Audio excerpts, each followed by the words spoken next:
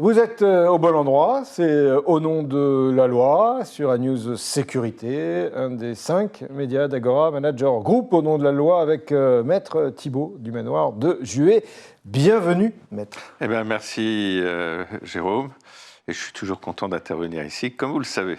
Alors, vous êtes content, nous, on apprend beaucoup de choses. Je dis nous, c'est celles et ceux qui nous regardent et nous écoutent, d'ailleurs de plus en plus nombreux, et merci pour cela. Alors, là, aujourd'hui, on va traiter d'un sujet qui concerne la VSA. Alors, VSA, juste vidéosurveillance algorithmique.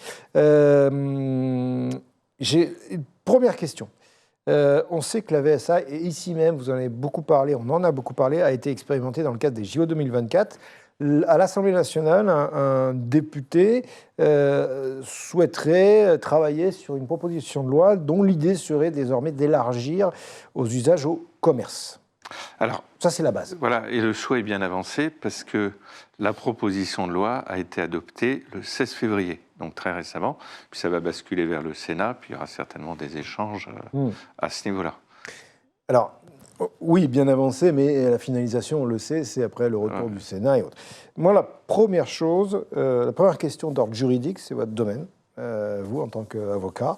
La VSA, est-ce qu'elle est compatible avec le RGPD, on rappelle le règlement général sur la protection des données? Alors, en fait, la loi JO qui a adopté la VSA a unifié le régime parce qu'il y avait des divergences entre le CSI et le RGPD. Et maintenant, on soumet tout ce qui est VSA ou vidéo en règle générale au RGPD.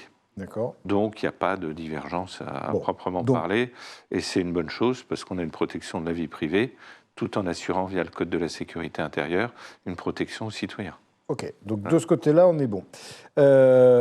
Est-ce que le droit français, au moment où on se parle, qui peut évoluer bien évidemment, il permet ce type d'analyse automatisée? Alors, on a la loi phare, donc ce que j'évoquais tout à l'heure, c'est la loi sur des JO, mais qui est réservée à des cas, on ne peut pas dire exceptionnels, un peu exceptionnels ou mineurs, c'est-à-dire les événements culturels, sportifs, et donc c'est assez restreint.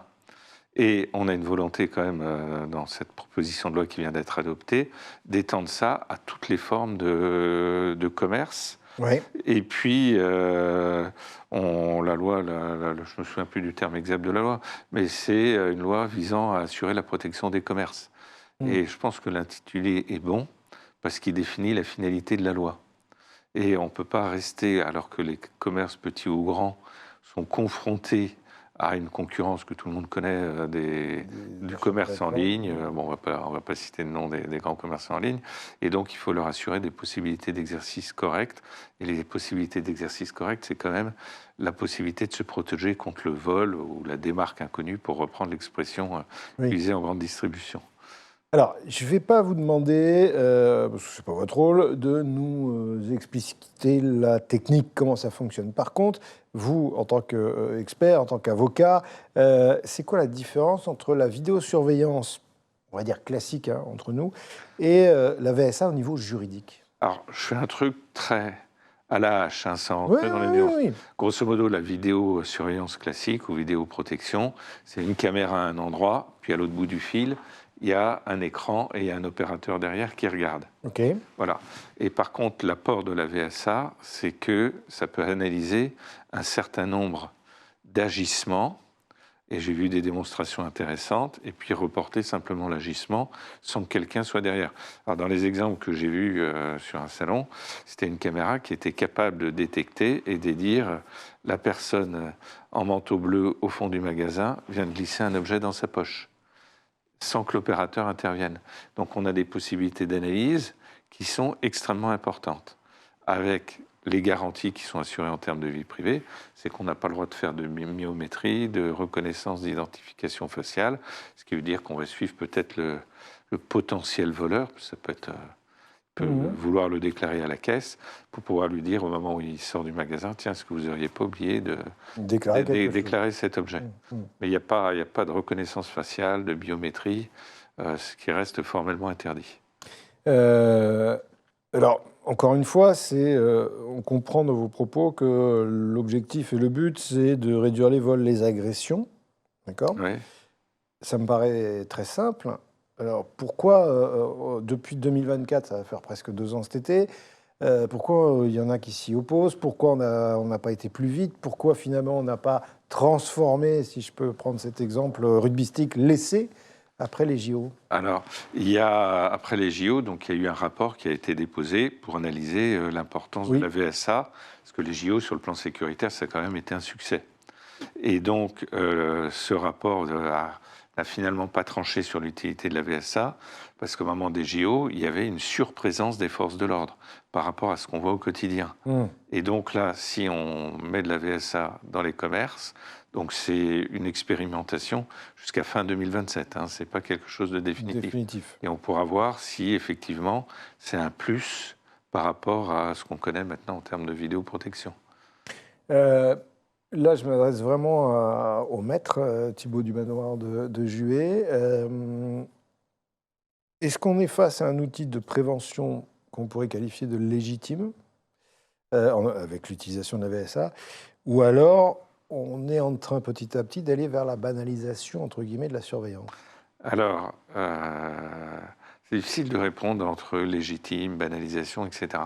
Parce que que ce soit la VSA des JO ou la VSA dans les commerces, si elle est adoptée, ce que j'espère, on a des garde-fous qui sont posés en termes de vie privée qui sont extrêmement importants. Alors, je ne vais pas rentrer dans le détail ici des autorisations, des conditions de licéité, mais à mon avis, il n'y a pas de crainte à avoir là-dessus. Par contre, on commence par les commerces. Peut-être que demain, on va trouver autre chose. Et je pense que peu à peu, on arrivera à l'utilisation de la VSA beaucoup plus généralisée que maintenant, mais avec les garde-fous. Pour conclure, je dirais que en vous écoutant et en comprenant, on est sur une autorité renforcée de la surveillance, mais avec des garde-fous. Donc l'idée, c'est de réduire les vols, les agressions, ainsi qu'elles existent. Est-ce que, pour finir, il faudrait un moratoire? Parce qu'on sait souvent qu'en faisant un moratoire, un livre blanc, etc., c'est comme ça qu'à un moment donné, on pose aussi des bases en se disant, OK, bon, là, on a compris. Alors, le seul moratoire que je souhaite, c'est un moratoire sur les vols. Je réponds sous forme de boutade. Non, mais un moratoire, ça voudrait dire qu'on ait mis en place un certain nombre de caméras et qu'on cesse de les utiliser. Pour le moment, on n'en est pas à ce stade-là. On est au stade, on les installe et on regarde ce qui se passe. Donc, il n'y a pas à proprement parler de moratoire. D'accord. Voilà. Bon. Eh bien, écoutez, très bien. Alors, vous savez qu'ici, nous, chez Agora Manager Group, on a installé la VSA. Ça, on a essayé de voir si vous repartez ou pas avec le micro. Voilà, j'avais remarqué depuis qu'on parlait qu'il y avait une caméra. Merci beaucoup, maître Thibaut du Manoir de Juhé, d'avoir été avec nous. Eh bien, merci de m'avoir accueilli. Mais c'est toujours un plaisir et merci en plus d'apporter votre éclairage avec le sourire, la compétence et l'expertise. Voilà. Et ça permet de pouvoir avancer. Bien, vous pouvez continuer, vous, à vous balader sur le site danews-sécurité.fr. Il est tout beau, il est tout neuf. Et puis, vous y trouverez les anciens numéros d'Au nom de la loi et puis les autres émissions également. À très vite.